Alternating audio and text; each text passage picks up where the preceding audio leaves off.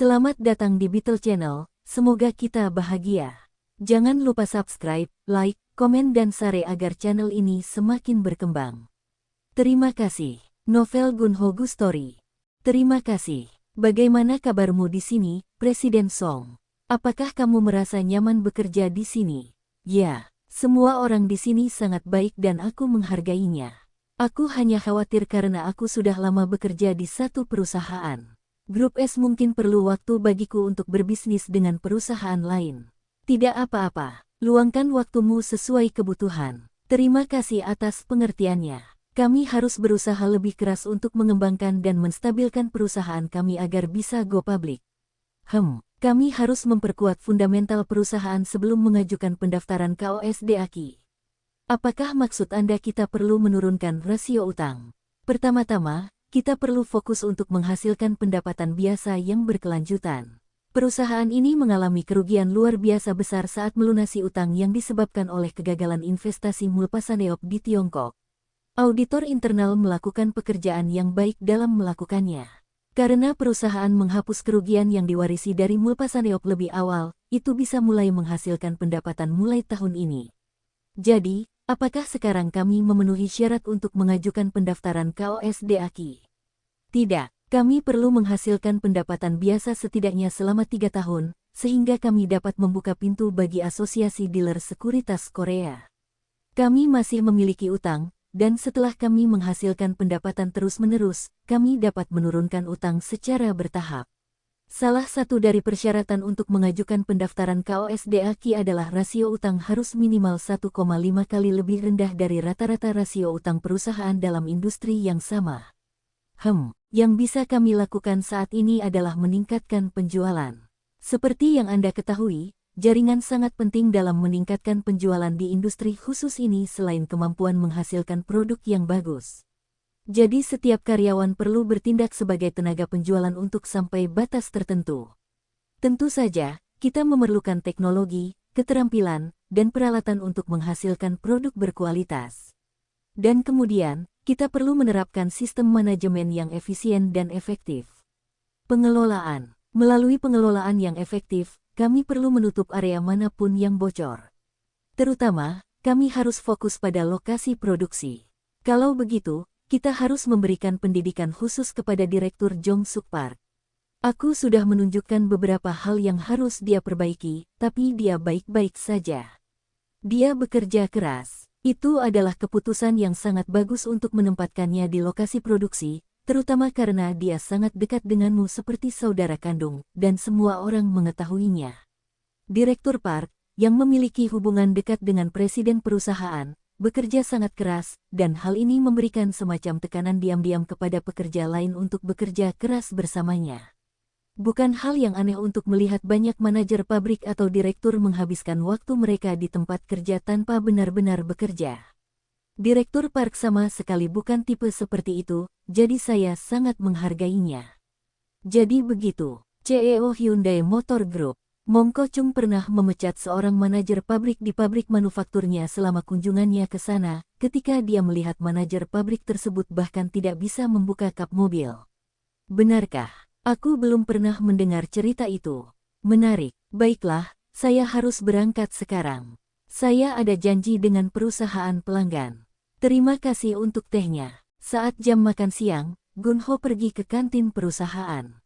Sudah ada antrean panjang. Ketika para pekerja melihat Gunho mengantri, mereka membungkuk padanya. Gunho berpikir untuk mengantri sebentar dengan pekerja lain, dan kemudian dia memutuskan untuk makan di tempat lain. Dia tidak ingin para karyawannya merasa risih berdiri di antrean presiden perusahaannya. Ketika dia berjalan keluar dari kafetaria, dia bertemu dengan Direktur Urusan Umum. "Tuan, apakah Anda sudah makan siang?" "Tidak, aku hanya memutuskan untuk makan di tempat lain. Antreannya terlalu panjang. Kalau kamu belum makan siang, kenapa kamu tidak bergabung denganku?" "Tentu, Tuan. Saya akan membawa mobil saya." Gunho dan Direktur Urusan Umum menuju ke kota Seonggeo di sekitar waduk. Ada sebuah restoran Korea yang khusus menyajikan sup tahu lembut. Saat makan siang, Direktur Choi membuat laporan. "Kami telah mengirimkan surat undangan untuk upacara peresmian gedung Dion Korea. Kami juga mengirimkannya ke pejabat pemerintah setempat di kota Asan.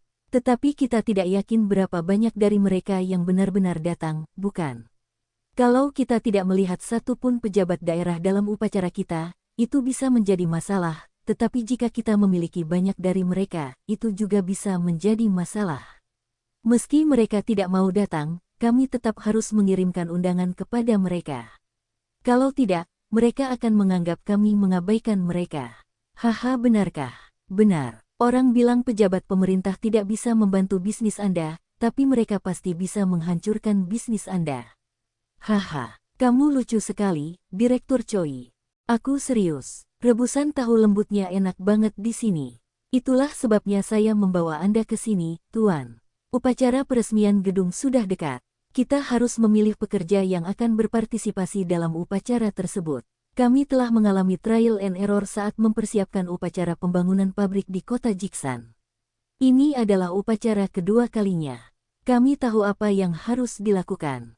Kedua peneliti yang menerima pelatihan di AS meminta saya untuk mengizinkan mereka berpartisipasi dalam upacara tersebut. Mereka sudah tahu bahwa mereka akan dipindahkan ke Dion Korea. Benarkah? Ada 3 pekerja kerah biru di seberang aula. Mereka sedang makan siang dengan minuman keras. Sepertinya mereka sudah menghabiskan 3 botol soju. Salah satu dari mereka berteriak, "Beri kami 1 botol soju lagi." Gunho berkata kepada Direktur Urusan Umum, mereka sudah minum 3 botol soju dan ini masih jam kerja. Dan mereka memesan 1 botol lagi. Kata orang buruh-buruh ambil energinya dari minuman keras. Soju yang mereka pesan memang merek yang sedang hits belakangan ini, mungkin karena ada aktris cantik yang mengiklankannya, dan fotonya ada di botol soju. Oh, ada poster dirinya di sana, dinding. Saat Gunho menoleh untuk melihat poster yang tergantung di dinding, matanya membelalak. Seorang aktris tersenyum dengan segelas soju di tangannya. Itu Seol Bing. Ketika Gunho mengenali Seol Bing di poster, jantungnya mulai berdetak sangat kencang. Namanya Seol Bing. Dia sangat populer akhir-akhir ini. Anda tidak mengenalnya, Tuan. Dia adalah pemeran utama sinetron Bayangan Keinginan. Istri saya sangat menyukai sinetron itu. Dia menontonnya setiap hari. Wanita Seol Bing itu sepopuler itu. Dia sedang berada di puncak akhir-akhir ini. Sepertinya Anda tidak terlalu tertarik dengan bidang hiburan, Tuan. Haha. Tanpa menanggapi komentar Direktur Urusan Umum, Gunho hanya fokus menyelesaikan makan siangnya. Setelah makan siang, Gunho biasanya merasa mengantuk. Setelah dia kembali ke kantornya hari itu, Gunho tidak bisa berhenti memikirkan Seol Bing. Teleponnya mulai berdering pada saat itu. Ini manajer cabang perusahaan pialang saham. Pak, bagaimana kabar Anda? Oh, hai. Saya hanya ingin tahu bagaimana kabar Anda, Tuan. Kita bisa menjadi sibuk ketika orang-orang kaya seperti Anda melakukan sesuatu dengan dana Anda. Saya perhatikan bahwa Anda, Presiden Go yang merupakan pemain besar Gangnam begitu pendiam akhir-akhir ini, jadi aku memutuskan untuk meneleponmu.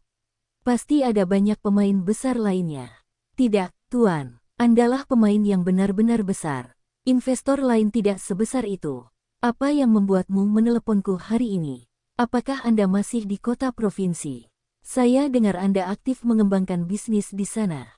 Yah, aku hanya menjalankan bisnis kecil-kecilan. Sepertinya Anda belum melakukan banyak hal dengan dana di rekening saham Anda setelah Anda menjual semua saham Anda terakhir kali.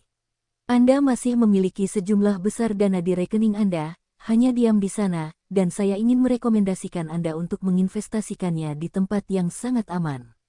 Aku tidak tahu. AS menaikkan suku bunganya dan itu akan berdampak pada kami, dan kami memperkirakan suku bunga negara kami akan segera meningkat. Kalau begitu, dananya akan dialihkan dari pasar saham. Makanya kami berdebat dengan diri kami sendiri, dan kami berusaha mencari tempat lain bagi nasabah utama kami untuk berinvestasi selain di pasar saham. Apakah Anda tertarik untuk berinvestasi di reksadana, terutama untuk investasi di luar negeri, pasar saham? Tidak. Mengapa Anda merekomendasikan investasi di pasar saham luar negeri? Anda baru saja mengatakan tingkat suku bunga akan naik. Ada beberapa saham yang sangat bagus di beberapa negara berkembang. Saya tidak berinvestasi di pasar saham lagi. Pak, Anda kehilangan uang hanya dengan menyimpan dana Anda di rekening. Ada begitu banyak program yang menjamin peningkatan dana Anda sebesar 2,5%. Coba pikirkan, 2,5% mungkin tampak kecil, tetapi jika Anda berinvestasi 10 miliar won, maka keuntungan tahunannya adalah 250 juta won. Jika Anda berinvestasi 100 miliar won, Anda mendapat 2,5 miliar won per tahun. Apakah Anda akan membiarkan peluang ini berlalu begitu saja? Program apa saja yang menjamin 2,5%? Ada dana ekuitas swasta dan investasi mata uang asing. Atau, Anda bisa berinvestasi di obligasi daerah atau nasional. Oke, bisakah Anda membuat portofolio program yang disesuaikan dengan kebutuhan saya? Tentu saja, Tuan. Saya akan menyiapkan portofolionya. Bisakah kita makan siang bersama setelah portofolio selesai? Apakah Anda sering datang ke Seoul? Saya membaca surat kabar yang mengatakan bahwa Anda mengakuisisi gedung Riverstar di kota Sinsa. Kapan Anda datang ke Seoul untuk urusan bisnis, tolong telepon aku saja. Oke, aku akan melakukannya. Gunho setuju dengan manajer cabang perusahaan pialang saham bahwa menyimpan dana di rekening adalah sia-sia. Dengan menaruh dananya di tempat lain, dia bisa dengan mudah menghasilkan 2,5% dari dananya. Kedengarannya tidak buruk sama sekali. Dengan 100 miliar won, ia dapat menghasilkan 2,5 miliar won yang merupakan jumlah uang yang signifikan. Saat ini, Gunho memiliki 170 miliar won di rekening sahamnya. Saat itu bulan Mei, pernikahan Min Hyuk di Korea akhirnya dijadwalkan. Karena orang tuanya pindah ke Hyundai Hometown Kondo di Juantown, pernikahannya dijadwalkan lebih lambat dari perkiraan semula. Itu setelah upacara peresmian gedung Dion Korea. Sangat menyenangkan bahwa pernikahannya tidak dijadwalkan pada hari yang sama dengan upacara peresmian gedung kami. Gunho menelepon Jae Sik Moon di GH Media. Pemimpin redaksi Moon, ini aku, Gunho Go. Oh, Presiden Go. Apakah kamu mengetahui pernikahan Min Hyuk di Korea? Tanggalnya sudah ditentukan sekarang. Ya, aku menerima telepon untuk itu.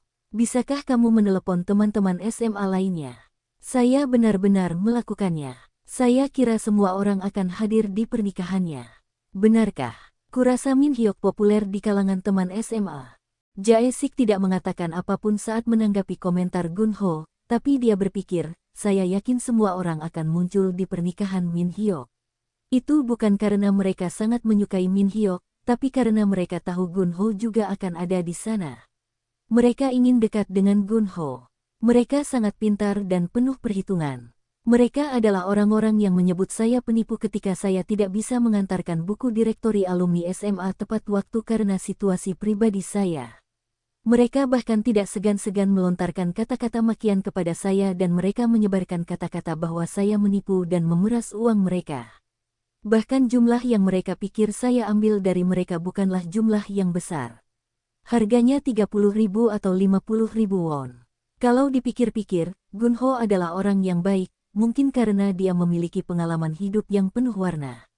Dia pernah terlilit hutang sebelumnya, dan dia juga pernah bekerja sebagai buruh pabrik. Jae Sik terus memikirkan Gunho. Bagaimana jika Gunho bukan orang kaya? Jika dia tidak kaya, apakah dia akan memperlakukan saya seperti dia? Dia pernah mengatakan kepada saya bahwa ketika dia sangat menderita secara finansial, dia masih memberikan 100.000 won kepada Won Chul untuk mengucapkan selamat atas pernikahannya sebagai hadiah pernikahannya. Saat itu, saya bahkan tidak menghadiri pernikahannya. Saya pikir saya melakukannya lebih baik daripada Gunho saat itu. Yah, menurutku Gunho adalah pria yang baik tidak peduli berapa banyak uang yang dia miliki. Jae Sik tiba-tiba mendengar suara Gunho. Hei, kenapa kamu tidak mengatakan apa-apa? Bisakah kamu mendengarku? Jae Sik sejenak lupa bahwa dia sedang berbicara dengan Gunho di telepon. Ya, aku bisa mendengarmu. Kurasa penerimaan ponselku buruk sebentar. Aku mendengarmu baik-baik saja sekarang. Baiklah, jangan khawatir untuk menghubungi teman lain. Aku akan mengurusnya. Benarkah? Itu bagus. Baiklah kalau begitu. Aku akan bicara denganmu nanti. Tepat setelah Gunho menutup telepon dengan Jae Sik Moon, dia menerima telepon lagi dari Presiden Jong Suk Sin. Tuan, ini Jong Suk Sin. Saya dengar Presiden Min Hyuk Kim akan segera mengadakan pernikahan di Korea. Itu benar. Bagaimana dengan itu? Jadi mertua dan ibu mertuanya akan datang ke Korea untuk menghadiri pernikahannya kan? Tentu saja. Kenapa kamu tidak datang ke pesta pernikahannya juga? Tentu saja. Saya akan ke sana. Saya hanya ingin berbicara dengan ayah mertuanya yang seorang pelukis. Tuan Dingfeng, mengapa Anda ingin bertemu dengannya? Saya sedang berpikir untuk mengadakan pameran seni tunggalnya di Korea. Saya sedang berbicara tentang pameran seni master lukisan sastrawan Sekolah Utara. Tuan Dingfeng dengan nama GH Media. Pameran seni tunggalnya bisa menghasilkan uang. Saya yakin begitu, dan itulah mengapa saya menyarankan hal ini kepada Anda, Tuan. Lukisan Tuan Dingfeng sangat bagus sehingga orang-orang akan sangat menyukainya. Anda sendiri juga membayar 550.000 won untuk lukisannya. Kita bisa mengadakan pameran seni tunggalnya di Korea, dan kami menjual lukisannya dengan ukuran yang sama seharga 1.500.000 won. Itu bisa menjadi bisnis yang sangat menguntungkan. Saya yakin setidaknya kami dapat menutupi biaya sewa tempat dan biaya yang kami kenakan. Saya diberitahu bahwa lukisan oriental tidak begitu populer akhir-akhir ini. Apakah menurut Anda orang akan membayar sebanyak itu untuk lukisannya? Memang benar kita harus mengambil risiko. Tapi begitulah cara kita menghasilkan uang dalam bisnis, bukan? Haha, kamu terdengar lebih seperti pebisnis daripada aku yang saat ini menjalankan bisnis sebenarnya. Baiklah, aku akan mendukungmu dalam hal ini. Lakukan apa yang harus kamu lakukan.